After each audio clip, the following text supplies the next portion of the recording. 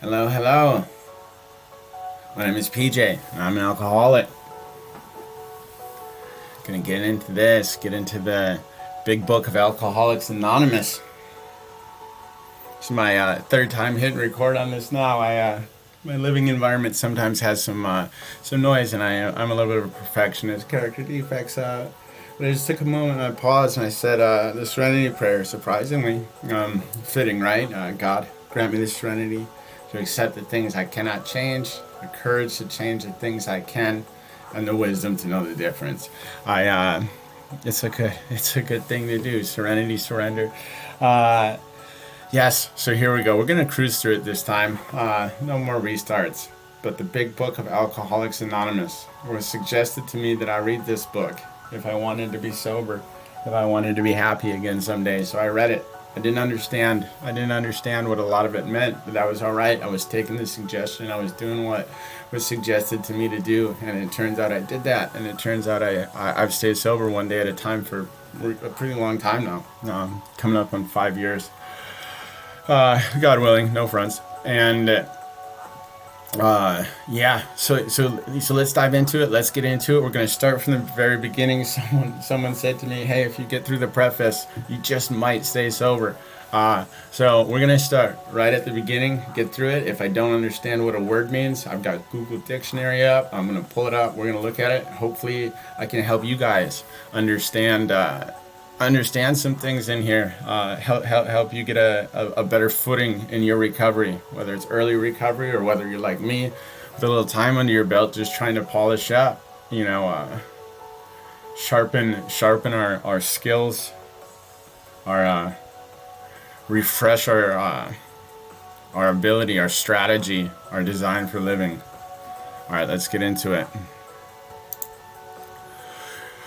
Alcoholics Anonymous, the 4th edition, 2001. There's been several editions. It hasn't changed too terribly much. Some of the wording has changed, and some of it's still kind of hard to understand. The other program for Substances, Narcotics Anonymous, has a different book. It's a little bit easier to read. I chose Alcoholics Anonymous. I just landed there. I like the nostalgia of a program that was started almost 100 years ago now. Kind of cool. I like the old school sense of that, and I like the people in there. And I drank alcoholically, and I also did drugs alcoholically. Right? It's all the same thing to me. I'm someone who suffers from being restless, irritable, and discontent, and without a program, without a solution in place, my mind and my body gravitates super strongly back to wanting to be under the influence of anything that makes me feel better. So super grateful I found a solution in this program that makes me feel good enough that I don't feel the need to drink and use anymore. It's the first 164 pages outlines the program of Alcoholics Anonymous. There's some of it aligns with the steps, and we're going to get into it. There's some promises intertwined in there. There's the 9-step promises. There's some 3rd-step promises. We'll see if I can find those. I'm very aware of the 9-step promises. Those are the promises that are read at the end of every meeting. And I took that word, the 9-step promises, or the promises at the end of every meeting. I took that promise word serious. A lot of people in Alcoholics Anonymous, and if you're promising me pretty much a better life, I was like, hey, you guys better not be BSing me here. Turns out they weren't. I took the suggestions and I got a good life. After the first 164 pages, there are 3 sets of personal stories in the back. Maybe you can find some relatability. The first set is the pioneers of AA. The second set of stories is they stopped in time. These aren't the people who necessarily hit homelessness and seizures and delirium tremens. Maybe they had some of it, maybe not all of it, but they were able to get ahead of it before they lost everything. I'm one of those people who burned it to the ground, and I stayed down there in the gutter for a pretty long time. I didn't give up. I wasn't willing to give up.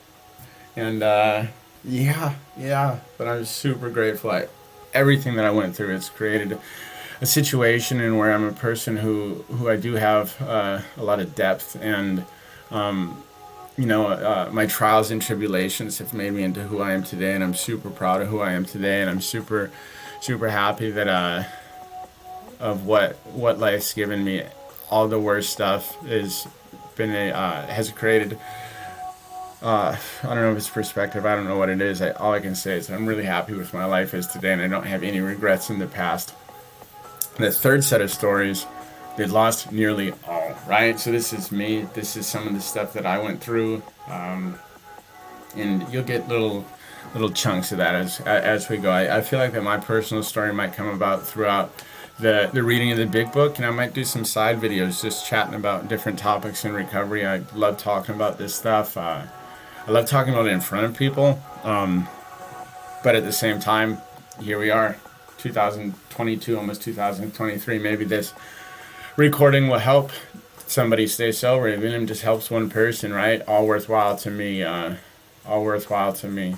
This is the type of stuff that gives me vibrance, that gives me that life force.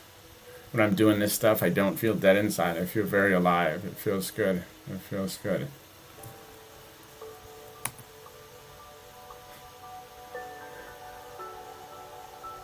So here, at the end, some appendices. We've got the traditions in there. Some other stuff. We'll get there. Maybe we'll read that. It's pretty far at the end. Maybe we'll read that. I don't know. The 12 concepts, right? Yeah. I think I've flipped through that. I don't know if I've read through that whole thing, but hey, I don't know. We'll see. Maybe we'll go cover to cover. My original intention is just to go through this first 164 pages, then maybe switch to the 12 and 12. Which is another Alcoholics Anonymous literature book that outlines the 12 steps and 12 traditions. But let's see how this goes, one day at a time. Let's see what happens. But let's get into it. The preface. If we read this, maybe we'll just stay sober. There we go. This is the fourth edition of the book Alcoholics Anonymous. The first edition appeared in April 1939, and in the following 16 years, more than 300,000 copies went into circulation. The second edition, published in 1955, reached a total of more than 1,150,500 copies. It's a lot. The third edition, which came off press in 1976, achieved a circulation of approximately 19,550,000 in all formats. It's a big chunk of books, big chunk of people. It's a big deal. Alcoholics Anonymous has reached an insane amount of people. I don't know that there's any other organizations, social structures that have accomplished what Alcoholics Anonymous has accomplished. Let's see. Because this book has become the basic text for our society and has helped such a large number of alcoholic men and women to recovery, there exists strong sentiment against any radical changes being made in it. Like I mentioned, they don't change it very much. Therefore, the first portion of this volume describing the AA recovery program has been left largely untouched in the course of revisions made for the second, third, and fourth editions. The section called the Doctor's Opinion has been kept intact just as it was originally written in 1939 by the late Dr. William D. Silksworth, our society's great medical benefactor. The second edition added the appendices, the 12 traditions, and the direction for getting in touch with AA, but the chief change was in the section of personal stories, which was expanded to reflect the fellowship's growth. Bill's story, Dr. Bob's nightmare, and one other personal history from the first edition were retained intact. Three were edited, and one of those was retitled. New versions of the two stories written with new titles, 30 completely new stories were added, and the story section was divided into 3 parts under the same heading that are used now. In the third edition, Part 1, Pioneers of AA, was left unchanged. 9 of the stories in Part 2, They Stopped in Time, were carried over from the second edition. 8 new stories were added. In Part 3, They Lost Nearly All. 8 stories were retained. 5 new ones were added. This fourth edition includes the 12 concepts for world service and revises the 3 sections of personal stories as follows. 1 new story has been added to part 1, and 2 that originally appeared in part 3 have been repositioned there. 6 stories have been deleted. 6 of the stories in part 2 have been carried over, 11 new ones have been added, and 11 taken out. Part 3 now includes 12 new stories, 8 were removed, in addition to the 2 that were transferred to part 1.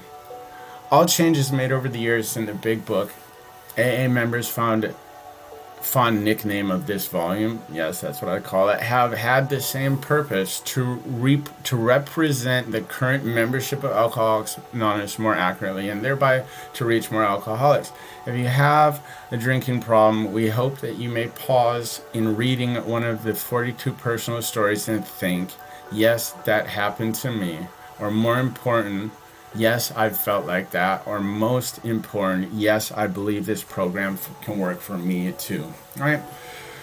So some of this doesn't seem super relevant. You just want to skip over it, right? Like, I don't need to read this part, but like a huge part of this recovery thing is doing stuff, learning to sit with some discomfort, learning to sit with yourself. Sitting here and reading one portion versus the other, once you get some solid recovery, it's not going to make a difference to you what it is you're reading. Yes, you might get more from one part or the other, but a big part of my success in Alcoholics Anonymous was just taking direction and doing what was suggested. It was suggested I read this. I'm like, all right, I'll read it. Shrug my shoulders and I'll read it if you say so. So here we are. That's what we're doing. So you can see they revised this some, for relatability. Yeah, I'm glad they do. I'm glad they kept it the same. I want to get a first edition AA Big Book. I heard that's kind of cool just because of, certain ways things were worded. Here I am. I can kind of have some fun with this. First edition would be cool just because it's like the original one, right? Anyways, let's keep going. So the foreword to the first edition. This is the foreword as it appeared in the first printing of the first edition in 1939. So it's at 80, it's something like 80 years ago. We of Alcoholics Anonymous are more than 100 men and women who have recovered from a seemingly hopeless state of mind and body, to show other alcoholics precisely how we have recovered and is the main purpose of this book. For them, we hope these pages will prove so convincing that no further authentication will be necessary. We think this account of our experiences may help everyone to better understand the alcoholic. Many do not comprehend that the alcoholic is a very sick person. And besides, we are sure that our way of living has its advantages for all. This is very true. Our advantages for all. Let me see if I can get it. And besides, we are sure that our way of living has advantages for all. I really think that alcoholics and addicts have this disorder, have this spiritual malady, have this thing wrong with us because God, the universe, whatever it is out there, wanted to push some of the human population in the direction of living by the principles of his spiritual program. All people, depression, anxiety, anger, obsession. If you're not an alcoholic and you have one of those things going on, this would be a very valid solution for you. Let's keep going. It is important that we remain anonymous because we are too few at present to handle the overwhelming numbers of personal appeals which may result from this publication. Being mostly business and professional folk, we could not well carry on our occupations in such an event. We would like it understood that our alcoholic work is an avocation. So, here we are, right? Here we are. I'm doing the same thing. Anonymity. I've nothing to gain from putting my face out there. Any of that. I have nothing to gain from it. I'm not trying to get attention from this. I am trying to get extra spiritual points in order that help me feel good, that help me be hyped for life, that help me glow, to have that life vitality. That's why I'm doing this. I'm doing it. Hopefully somebody gets some help from this, but I'm doing it so I can feel good, so I can glow. It's just not, I don't know. It's the anonymity thing. Just again, suggestions. Roll with it, and later you might know why it's important. I don't post about my recovery to Facebook. I would rather do something like this. All right, let's go. When writing or speaking publicly about alcoholism, we urge each of our fellowship to omit his personal name, designating himself instead as a member of Alcoholics Anonymous. So here we are. You guys got PJ. PJ's not. PJ's not my name. A nickname. We'll call it a nickname. So it's close, but it's not my name. Very earnestly, we ask the press also to observe this request, for otherwise we shall be greatly handicapped.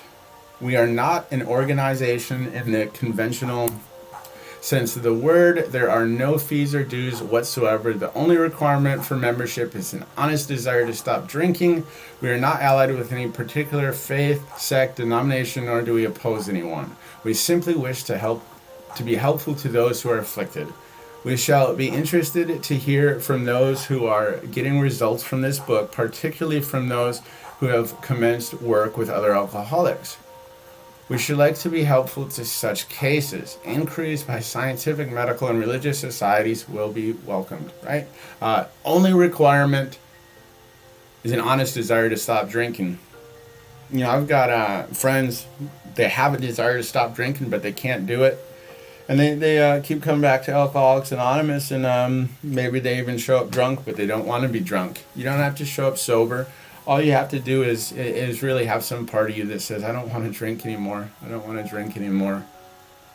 I don't want to drink anymore. I don't want to use drugs anymore, right? That would probably land you more. I don't know. You pick your program, roll with it, whichever one works. So the only requirement for membership is the honest desire to stop drinking. All right, let's roll. Forward to the second edition. Figures given in this foreword describe the fellowship as it was in 1955.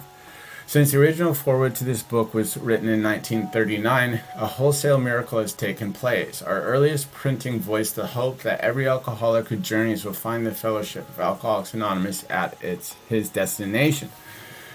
Already continues the early text, 2 and 3s and 5s of us have sprung up in other communities. 16 years have elapsed between our first printing of this book and the presentation in 1955 of our second edition. In that brief space, Alcoholics Anonymous has mushroomed into nearly 6,000 groups whose membership is far beyond 150,000 recovering alcoholics. Groups are to be found in each of the United States and all of the provinces of Canada. AA has flourishing communities in the British Isles, the Scandinavian countries, South Africa, South America, Mexico, Alaska, Australia, and Hawaii. All told, promising beginnings have been made in some 50 foreign countries and U.S. possessions. Some are now just taking shape in Asia. Many of our friends encouraged us by saying that this is but only a beginning, only the augury of a much larger future ahead. So right, Alcoholics Anonymous, you can go anywhere in the world. You can jump into an AA meeting where you'll be welcomed with open arms. I don't know that there's anything else like that. Yeah, you can wander in there and you'll be treated as a friend, as a family. So just for the sake of doing it, let me see, just for the sake of doing it, let's see if I got this set up right. Let's take a dive into,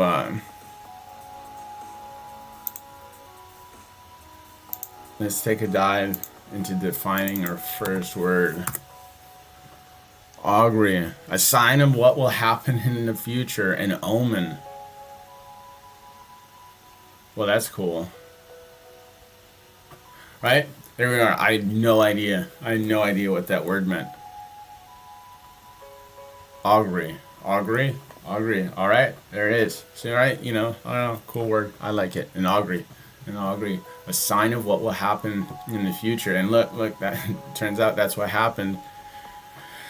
Killed it.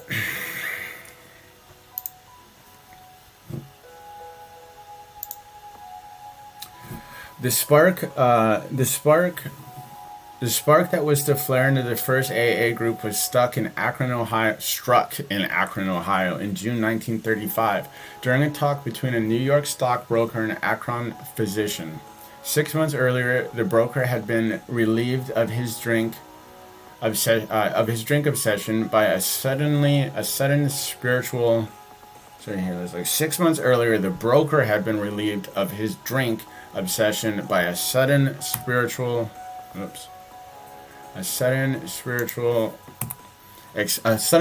experience following a meeting with an alcoholic friend who had been in contact with the Oxford groups of that day. Following a meeting with an alcoholic friend. Yes. So you'll get into in Bill's story. You're gonna see Bill was struggling. He was struggling real bad. He was ready to give up, and he had a buddy come by who was an alcoholic, who is an alcoholic, whatever. And this guy was just glowing, and he's happy, and he didn't try to push anything on Bill. And Bill's in his curiosities intrigued. He's like, what is going on here? This guy even turned down a drink. This doesn't make any sense. And but that's where it started. He's like, whoa, all right, like let me see what this guy's got to say. He's like, my bottle of gin's gonna last longer than this guy can talk, so I'll sit here and I'm gonna listen, right? And this is where this started. Let's keep going. He had also been greatly helped by the late Dr. William Silksworth, a New York specialist in alcoholism, who is now accounted no less than a medical saint by AA members, and whose story of the early days of our society appears in the next pages. From this doctor, the broker had learned the grave nature of alcoholism. Though he could not accept all of the tenets of the Oxford group, he was convinced of the need for moral inventory, confession, and personal defects, restitution and those harmed, helpfulness to others, and the necessity of belief in and dependence upon God. So this is the steps. Right here, the steps are starting to take form.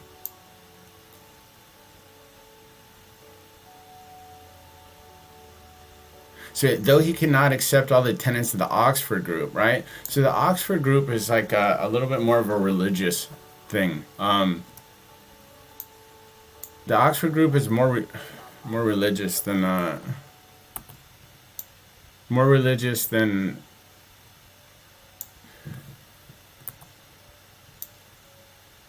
there it is. The Oxford group was a little more religious than Alcoholics Anonymous is, and Bill wasn't about that. He didn't want this to be a religious thing, and it's not. We have to laugh. Dr. Siltwork was a specialist in alcoholism, right? There's not much medically that we can do. It's my personal opinion. It's a spiritual malady. It's not a medical thing. We'll talk more about that later.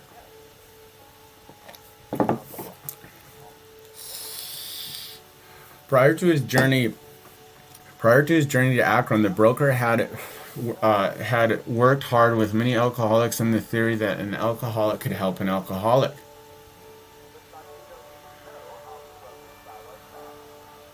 Right,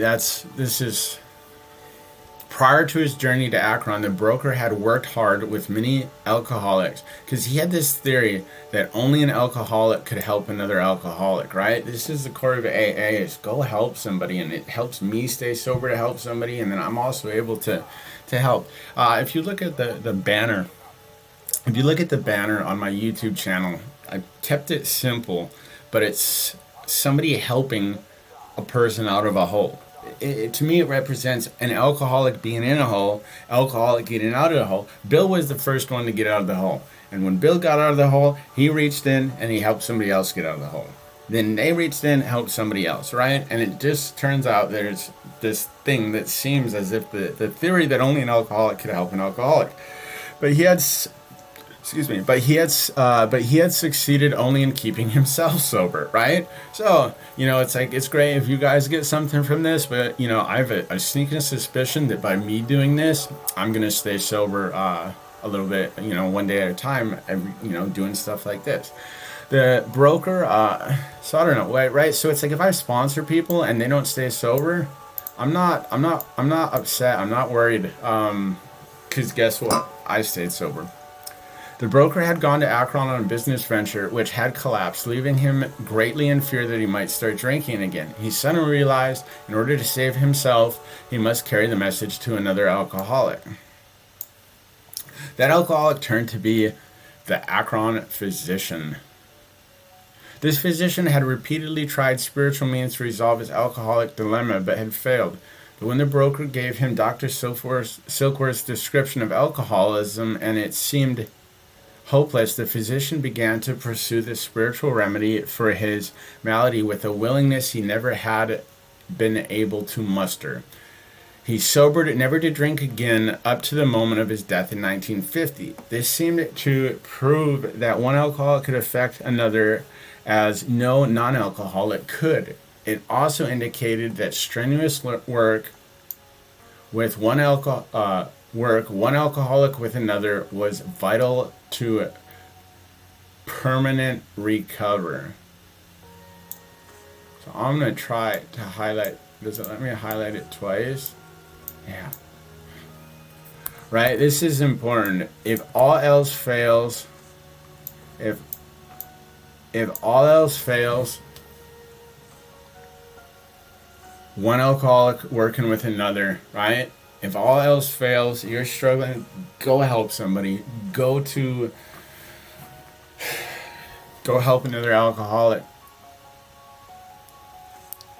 It's of my personal opinion that depression and anxiety are actually kind of selfish things. It's always about me. I'm depressed. I'm anxious. How's my future going to turn out? Like this, that, me, right? Get out of myself. Go help somebody else. And it's amazing to me how much I'm relieved of my symptoms of restless, irritable, discontent, depressed, anxious when I'm out there trying to help somebody. Hence the two men set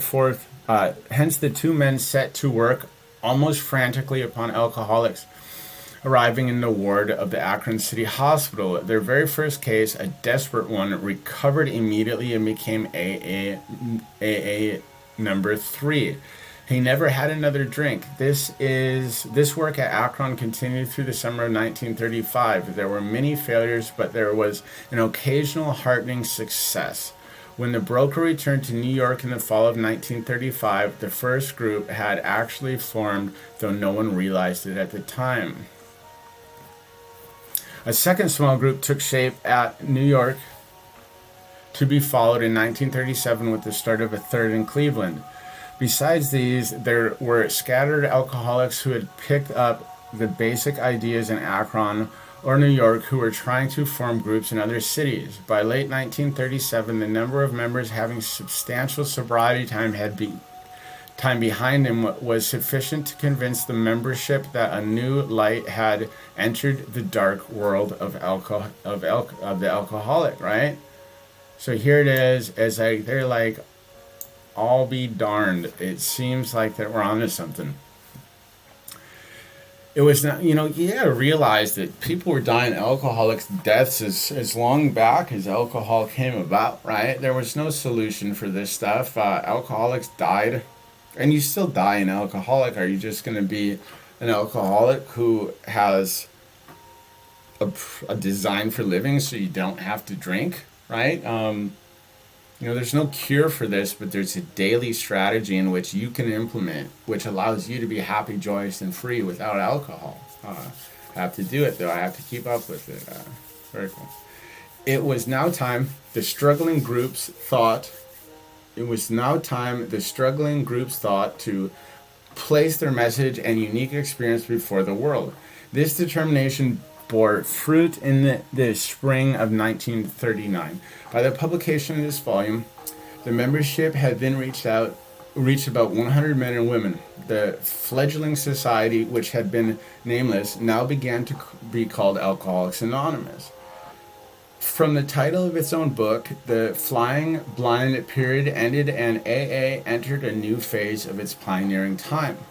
With the appearance of the new book, a great deal began to happen. Dr. Harry Emerson Fosdick, the noted clergyman, reviewed it with approval. In the fall of 1939, Fulton Ulster, the editor of Liberty, printed a piece in his magazine called Alcoholics and God. This brought a rush of 800 frantic inquiries to the Little New York office, which meanwhile had been established. Each inquiry was painstakingly answered. Pamphlets and books were sent out. Businessmen traveling out of existing groups were referred to these prospective newcomers. New groups started up, and it was found, to the astonishment of everyone, that AA's message could be transmitted in the mail as well as by word of mouth. By the end of 1939, it was estimated that 800 alcoholics were on their way to recovery. In the spring of 1940, John D. Rockefeller Jr. gave a dinner for many of his friends, to which he invited AA members to tell their stories. News of this got on the world wires. Inquiries poured in again, and many alcoholics went to the bookstores to get the book Alcoholics Anonymous. By March 1941, the membership had shot up to 2,000. Then Jack Alexander wrote a featured article in the Saturday Evening Post and placed such a compelling picture of AA before the general public that alcoholics in need of help really deluged to us. Deluged to us. Just for the heck of it. I think this means like flocked. Let's take a look. What does deluged mean? Inundated with great quantity or something. Yeah, flood, flock, flood, deluged. Alright. Right on.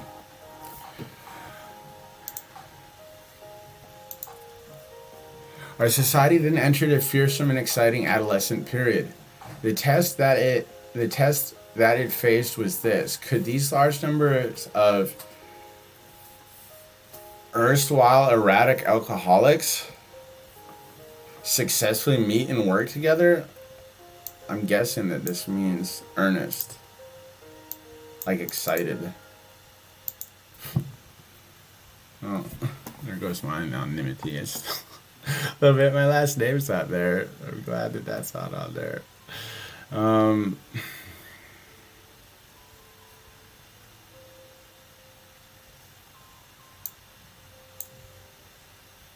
right. Anyways, all right. We're just gonna keep rolling. Would there be quarrels over membership? Would there be quarrels over membership, leadership, and money? Would there be strivings for power and prestige? Would there be schisms which would split AA apart? This is like sex, S-E-C-T. Like divisions, let's see, schisms, a split, right? A split or division between strongly opposed sections or parties caused by differences in opinion.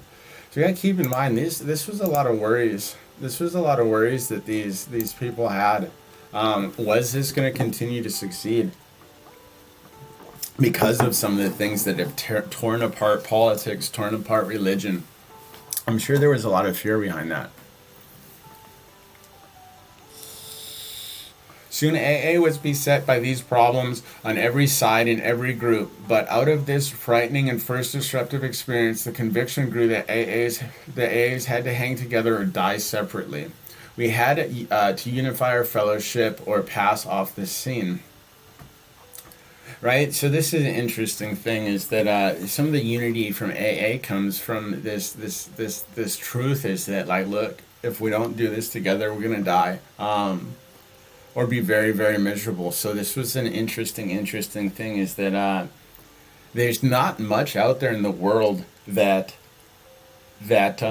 threatens our happiness, our success, our lives the same way that alcohol does, that has this solution of unity, what is it, unity, service, recovery, I don't know, the things that we do together saves us. So that's what makes Alcoholics Anonymous be able to be successful despite being so diversified. There's not much that brings humans together to fight for a common cause anymore.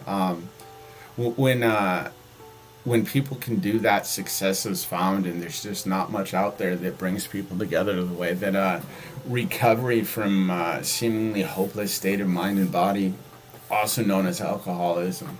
There's not much that brings people together like this does. As we discovered the principles by which the individual alcoholic could live, we had to evolve principles by which the AA groups and AA as a whole could survive and function effectively. This is the traditions. This was thought that no alcoholic man or woman could be excluded from our society, that our leaders might serve but never govern, that each group was to be autonomous, and there was to be no professional class of therapy. There were to be no fees or dues. Our expenses were to be met by our own voluntary contributions. There was to be at the least possible organization, even in our service centers. Our public relations were to be based upon attraction rather than promotion. That's a big one.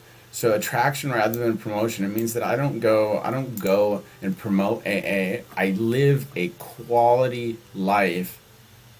And when somebody asks me how I do it, that's when I let them know. If another person is struggling from alcoholism, substance abuse, ask me, Paul, like, you used to be an alcoholic? What? Like, what do you do differently? Like, how'd you find solution? And that's when I tell them, right? Outside of that, I just live by example, right? Attraction, example, rather than promotion. It was decided that all members ought to be anonymous at the level of press, radio, TV, and films. And in no circumstances should we be given endorsements, make alliances, or enter public controversies, right? So yes, this here is kind of neat. This tradition, right? So me doing this video series, that's why my face isn't on there. I'm not looking for attention. I might not be the person that attracts you to Alcoholics Anonymous. Therefore, I do not want you to think that I am the face of Alcoholics Anonymous. I don't want you to think that Alcoholics is PJ. I don't want you guys to think that I am explaining this. This is what the cover of the first initial slide says, or the slide says, the way that I see it, right? The way that I see it isn't the same way someone else sees it, right? And I don't want you to be turned off by the things I'm saying. I'm not the face of Alcoholics Anonymous. I'm not the narrative of Alcoholics Anonymous. The way that I see it is different than the way other people see it. If you like the way I see it, heck yeah, let's do this, right? If you don't, I promise you there's someone out there who is not even close to the same as me who you would like, right? So this is important. This is important there. I don't want you to be turned off because PJ, you don't like PJ, right? PJ is not Alcoholics Anonymous, right? So if you don't like me, it's totally okay, but I promise there's somebody else out there that you will like who is a lot different from me, but who uses the same principles in order to have recovery in their life. Right? I'm never gonna monetize this, right? Endorsements, like I'm not ever gonna monetize this channel. Absolutely not. That would totally rob me of any benefit spiritually that I'm going to get from doing this. This was the substance of AA's 12 traditions, which are stated in full on page 561 of this book. Though none of these principles had the force of rules or laws, they had become so widely accepted by 1950 that they were confirmed by our first international conference held at Cleveland. Today, the remarkable unity of AA is one of the greatest assets that our society has, right?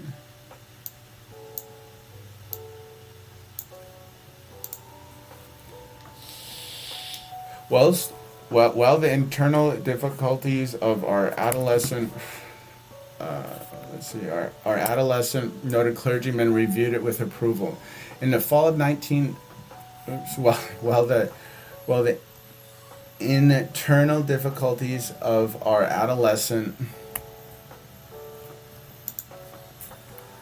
period were being ironed out, public acceptance of AA grew by leaps and bounds. For this, there were two principal reasons: a large number of recoveries and reunited homes, right? Reunited homes is like, there's not many people out there who have the opportunity to bring sons back to moms, husbands back to wives, dads back to children, right? There's some kids out there who just wish that dad could stop drinking, right? And that dad potentially comes to me and says, PJ, I need help. I don't know what to do. I can't stop drinking. And right, for me to have the opportunity to give those kids that dad back is wild. It's wild. It's cool. It's special. It's special. It's like on the same level as a neurosurgeon saving somebody. And I don't want to say that from a place of ego. I just want you to know that if you are a completely shot out alcoholic, if you're a completely shot out drug addict, and you think that you're worthless, you need to understand that you are uniquely qualified in order to recover and help somebody else recover. And that's somebody else who might personally relate to your story, might have kids, might have a mom who's crying, this and that. It's you. I'm talking to you, whoever you are who's hearing this right now. I'm talking to you, that you are that special person who that somebody out there can relate to. It's not me, it's you. It's me for some people, but there's some people out there who will see you and relate to your story. They won't relate to my story, but they'll relate to your story. And you're going to be the person to help them find a life of recovery and bring them back to their kids, bring them back to their girlfriend, their wife, their mom, their grandma, right? It's cool stuff. These made their impressions everywhere. Of alcoholics who came to AA, we really tried. 50% got sober at once and remained that way. 25% sobered after some relapses. And among the remainder, those who stayed on AA showed improvement. Other thousands came to a few AA meetings and at first decided they didn't want the program. A great number of these, about 2 out of 3, began to return as time passed. Another reason for the wide acceptance of AA was the administration of friends in medicine, religion, and the press, together with innumerable others who became our able and persistent advocates. Without such support, AA could have made only the slowest progress. Some of the recommendations of AA's earliest medical and religious friends will be found further on in this book. This is an interesting thing, how things spread socially, viral. Right nowadays on the internet, there's viral content. One person shares it with another, who shares it with another. Now 3 people are sharing that stuff. That's what happened with AA. AA might be one of the bigger viral things that happened 80 years ago. I don't know. There's like tulip fever. There's some weird stuff. But AA is one of those things. Same way fentanyl spread, right? Back 10 years ago, not very many people were using fentanyl. And then one person said to another person, hey, this is good. And then another person said, hey, try this, and da-da-da. But this is the opposite side of that, right? You can do the same thing with the same excitement you did with drugs or alcohol as you can do with recovery. And why is it match? Because recovery has given me everything I was always looking for in alcohol and in drugs. And I'm just as excited to share that with new friends as I ever was to drink with friends. Alcoholics Anonymous is not a religious organization, neither does AA take any particular medical point of view, though we cooperate widely with the men of medicine as well as the men of religion. Alcohol being no respecter of persons, we are an accurate cross-section of America, and in distant lands, the same democratic evening up process is now going on. By personal religious affiliation, we include Catholics, Protestants, Jews, Hindus, and a sprinkling of Muslim and Buddhists. More than 15% of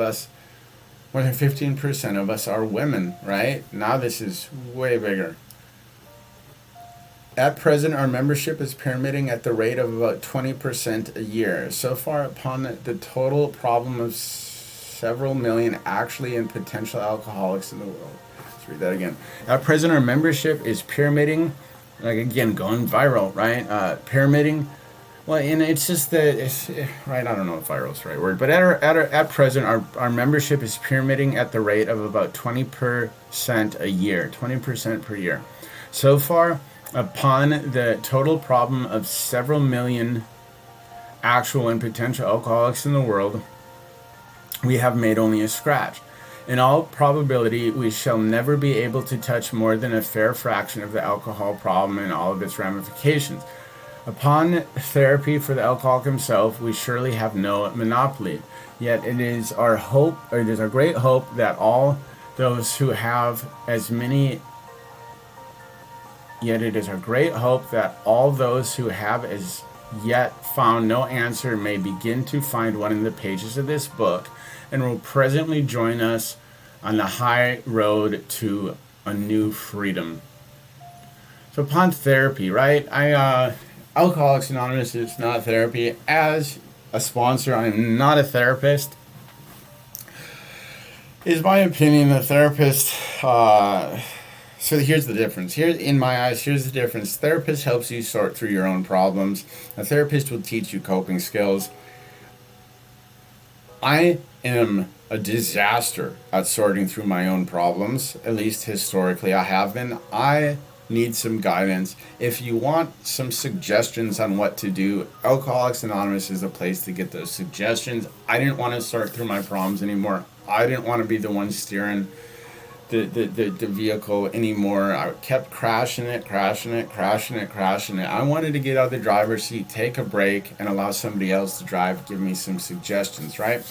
What my experience is with Alcoholics Anonymous is Alcoholics Anonymous taking the suggestions, implementing the design for living, cleaning house, cleaning the resentments, cleaning the guilt and shame, relieving myself of the guilt, shame, resentments, working on the character defects. 99.9% of the time, I do not need coping skills anymore. My life is not such that I need to cope with it. A therapist teaches you coping skills, and therapists have value. They have value. There's tons of good things about therapy, about seeing a therapist, but Alcoholics Anonymous, for me, has made it so my life isn't such that I need.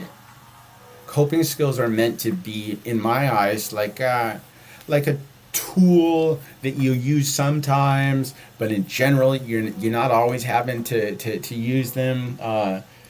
Coping skills aren't, to me, meant to be a wheelchair for life as a tool. They're not meant to be a wheelchair for life. Coping skills are meant to be a screwdriver. They're meant to be a hammer. It's like something that I use on occasion that's helpful, right? But not like my vehicle for life. Through Alcoholics Anonymous, I have a quality of well-being and such that I very rarely need to use actual coping skills, right? That my life is good enough that and so what do I use instead of coping skills is when I'm faced with challenges, I apply the principles of Alcoholics Anonymous to those challenges, and they become opportunities for growth, opportunities to get better as a human being. And when you're able to view challenges as opportunities, it is now not something that you need a coping skill for. It's something that you need some skills, a design for living that you can apply to try to navigate these challenging things, and then be proud of yourself for having navigated challenging things. It's getting better at life. Forward to the third edition. All right, 2-3 pages left. Forward to the third edition. By March 1976, when this edition went to the printer, the total worldwide membership of Alcoholics Anonymous was conservatively estimated at more than 1 million, with almost 28,000 group meetings in over 90 countries. Surveys of groups in the United States and Canada indicate that AA is reaching out, not only to more and more people, but to a wider and wider range. Women now make up more than 1/4 of the membership. Among newer members, the portion is nearly 1/3. 7% of the AAs surveyed are less than 30 years of age, among them many in their teens. The basic principle of the AA program, it appears, hold good. The basic principles hold good for individuals with many different lifestyles. Just as the program has brought recovery to those of many different nationalities, the 12 steps that summarize the program may be called Los Dos Pesos in one country, Les 12 Etapes in another, but they trace exactly the same path to recovery that was blazed by the earliest members of Alcoholics Anonymous. In spite of the great increase in size, the span of this fellowship, at its core, it remains simple and personal. Each day, somewhere in the world, recovery begins with when one alcoholic talks with another alcoholic, sharing experience, strength, and hope. That's where it starts. That's where it starts. Somewhere in the world, each day, somewhere in the world, recovery begins with one alcoholic. When one alcoholic talks with another alcoholic, sharing its experience, strength, and hope. Right? If you're in treatment and one of your support staff is in recovery, hopefully that's what they're doing. Hopefully they're sharing some experience, strength, and hope. If you're at the Alano Club and they're there, hopefully there's an alcoholic there who's sharing some experience, strength, and hope. If someone ever asks you if you're a friend of Bill's, they're asking you, are you in recovery for alcoholism through the AA program? That's one person attempting to share some experience, strength, and hope. If you walk to an airline counter at an airport and you ask that you want to page a friend of Bill's, they will know what you're talking about, and they understand that you're looking to talk to another alcoholic. Airports can be bad for us. Some people, a lot of relapses happen airports, right? You ask a page a friend of Bill's, somebody will come. Sometimes it's a staff member of the airport. Sometimes it's just another passerby. It's cool stuff. Forward to 4th edition. This 4th edition, which is the one we're on now, of Alcoholics Anonymous came off press in November 2001 at the start of a new millennium. Since the 3rd edition was published in 1976, worldwide membership of AA has just about doubled to an estimated 2 million or more, with nearly 100,800 groups meeting in approximately 150 countries around the world. Literature has played a major role in AA's growth, and a striking phenomenon of the past quarter century has been the explosion of translations of our basic literature into many languages and dialects. In country after country where the AA seed was planted, it has taken root, slowly at first, then growing by leaps and bounds when literature has become available. Currently, Alcoholics Anonymous has been translated into 43 languages. As the message of recovery has reached larger numbers of people, it has also touched the lives of a vastly greater variety of suffering alcoholics. When the phrase, "we are people who normally would not mix," page 17 of this book, was written in 1939, it referred to a fellowship composed largely of men and a few women with quite similar social, ethnic, and economic backgrounds. Like so much of AA's basic text, those words have proved to be far more visionary than the founding members ever could have imagined. What was that word that we learned?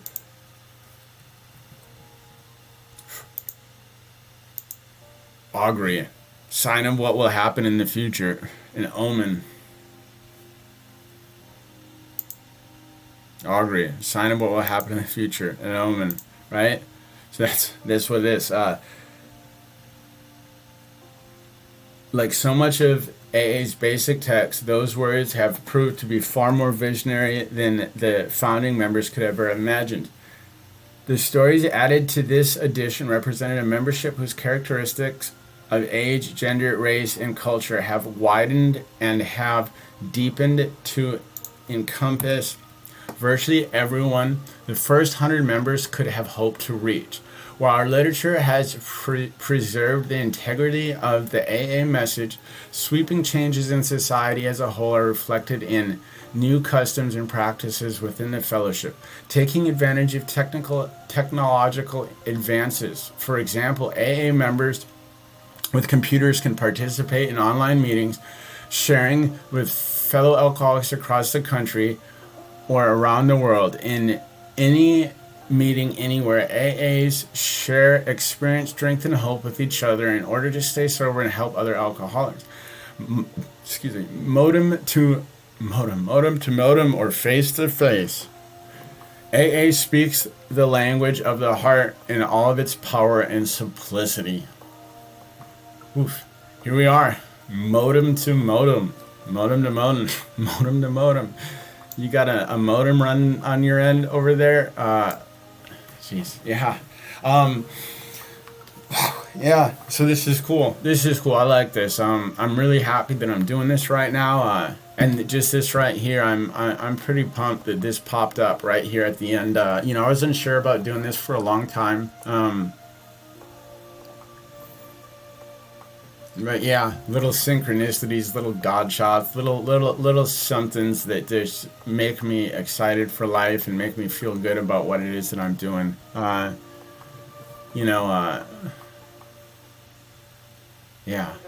Yeah, taking advantage of technological advances, right? For example, AA members with computers. That's me right now. I'm an AA member with a computer. And when did I decide to finally pull the trigger and do this? Was I got a new laptop. I got a new laptop that's capable of doing some video stuff like this. Yeah. Anyways, all right. I'm pumped. I'm pumped to have gone through this first video with you guys. I think that we're right 3 minutes and 30 seconds short of making it to 1 hour, so that's cool. I think that I'm going to try to make these videos less than an hour. I'll have to check and see number of pages for the next one to try to gauge how much we can get through one at a time. Making them longer than an hour is going to be difficult. I know that just in general, an hour is a good chunk of time to set for the morning, set for the night. Yeah, I like that. So, I don't know that I have much more to expand on anything we talked about here right now in this moment. More to come. We're going to go over the doctor's opinion next. The doctor's opinion. It's good stuff. Good stuff. Augury, a sign of what's to come. Right? Pretty pumped about this augury. Taking advantage of technical advantage is what I'm doing. Anyways, all right. Cheers, you guys. I hope that you're having a good day, good night, good morning, good weekend. It's Saturday here. Saturday, and right on. You guys have a good rest of your day. My name is PJ, and I am an alcoholic. And yeah, I'm grateful for everything that's my recovery. Thank you. Have a good rest of your day.